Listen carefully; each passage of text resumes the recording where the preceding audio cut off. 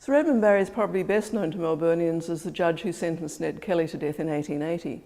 However, he was also the chief of the trustees of the Public Library from 1853 till his death in 1880.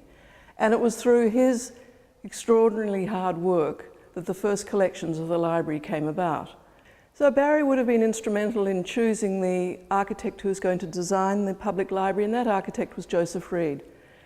And he was also instrumental, as being chief of the trustees, in organising with the government the handover of the site that the library now occupies.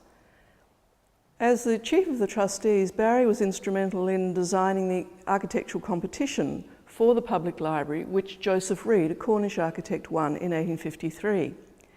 And we have in the exhibition some letters from Joseph Reed to Barry describing the building, which are our earliest evidence of what the architect intended. Barry also organised with the government the handover to the trustees of the site that the public library and the museums and National Gallery were to occupy for over 100 years.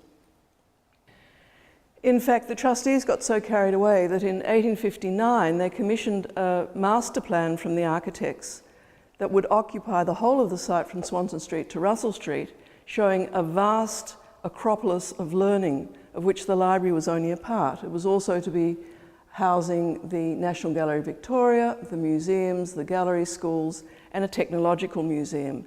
And the idea was based on the South Kensington Museum in London, which is now the Victoria and Albert Museum.